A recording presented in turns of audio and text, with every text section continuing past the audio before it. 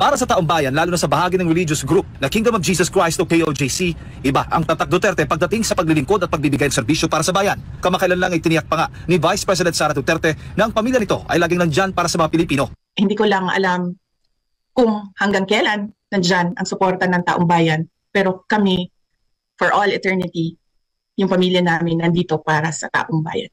Sa kabilang banda, si Marcos Jr. ay tila isinusuka na ng mga tao dahil sa paraan nito ng pamumuno. Ang pagiging walang silbi nitong Pangulo sa karahasan na dinanas ng KOJC ay hindi makakaila at hindi maitatangi.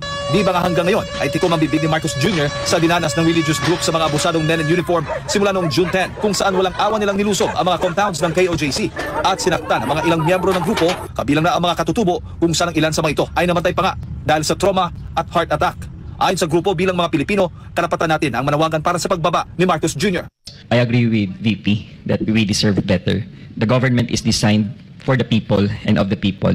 And that is why if the government serves contrary to its calling, then we need to call its attention or we need to question already this government. Vice President Sara is simply invoking the social contract theory that all Republican governments are founded upon. We have the right to demand accountability on the public officers that we put into the levers of powers of our government. So if these persons who are not anymore performing their supposed job in accordance with the social contract theory, then we the people have the right to also demand that they step down from that government. Sabi nga po sa 1987 Constitution, Article 2, Section 1, the Philippines is democratic and republican state. Sovereignty resides in the people and all government authority emanates from them.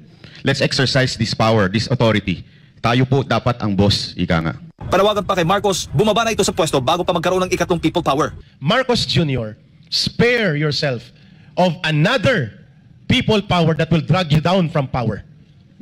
Huwag mong antayin kaladkarin ka ng mamamayan. Ang naglilikha ng pagbabago at kasaysayan ay mamamayan.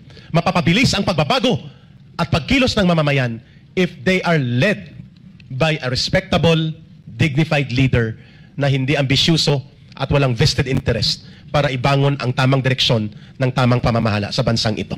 Naniniwala ang KOJC at ang taong bayan ng bansang ito ay mapapabuti sa kamay ng mga Duterte. Kaya ngayon na lumabas si Inday Sara at very vocal na siya sa mga issues ng bayan natin, katulad ng sinasabi niya rito. Ngunit sa puntong ito, sadyang hindi ang aking seguridad ang mahalaga, kundi ang kaligtasan ng ating bansa. Nasa delikadong sitwasyon ng Pilipinas, kaya kailangan po maging mapagmatsyag po tayo. At kung saan pumunta si Inday Sara, sumunod tayo. Dahil Duterte yan brand ng Duterte yan. Kaya walang walang pupuntahan niya na delikado para sa Pilipino. Hinanakit ng bayan, yan po ang statement ni VP Sara at yan din po ang statement ng maraming manunood sa atin. Actually, yung sinasabing, we deserve the best, pagod na, yan ang madalas makita ko sa channel ko na talagang sigaw ng kanilang puso.